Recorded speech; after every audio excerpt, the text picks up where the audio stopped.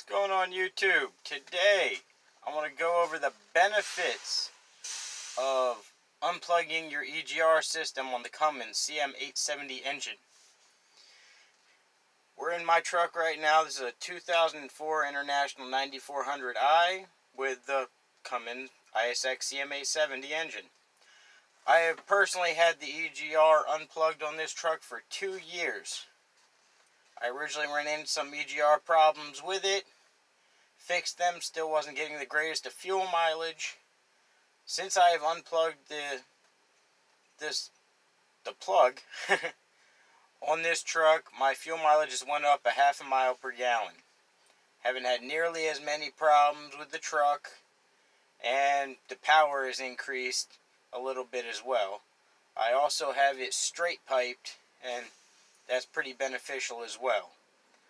Alright, let's get into it now.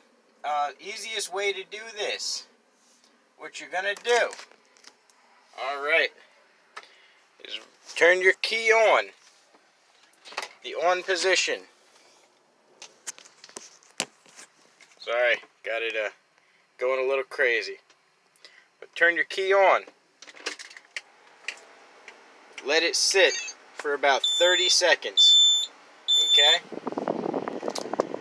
Wait your 30 seconds. And then we're going to go outside. I'll restart the video once we get outside. Alright, you guys. It has come to it. This is the CM870 Cummins ISX engine in my 2004 International 9400i. Now the magic sensor you are going to be unplugging is right here. Your EGR valve. This plug right here that I have tape on. You just unplug this sensor and your EGR will stay closed. Alright. Now that you got your sensor unplugged, I haven't gotten any dash lights on.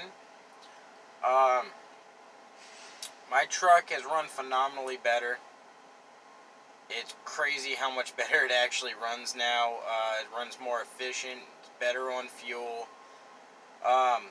Is this legal? Not everywhere, no. Easiest thing to do that is put some tape over it like you saw on mine. But plug your sensor in, but not far enough where those prongs could actually protrude through the electrical tape. So it gives the appearance that something's still plugged in, but it's not. If you decide to do this, leave it down in the comments. Let me know how yours goes. I've never seen any problems with doing this. Some engines, like Peterbilt's, Kenworth's, depends on what kind of truck you have. I've heard of it having some problems where the truck wouldn't start afterwards, but plugging it back in, it's no problem. But that's normally on the CM871 engines. Again, go ahead and try it. Make sure first you turn your truck on for at least 30 seconds before you do it.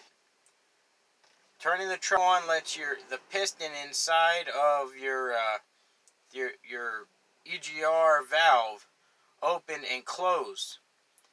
Now, you have to do it while the EGR valve is closed. If not, you're unplugging it, and if the valve's open, it's just constantly putting exhaust gas back through into your intake, and that's the opposite of what you want. Make sure you put the ignition on without starting the truck first to let that valve close. Alright, y'all. Well, I appreciate y'all watching the video all the way through. Like, comment, and subscribe if you like the video, and give me your feedback. Let me know what you think.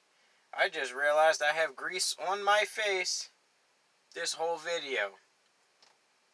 What can you do? Alright, y'all have a good one. Bye.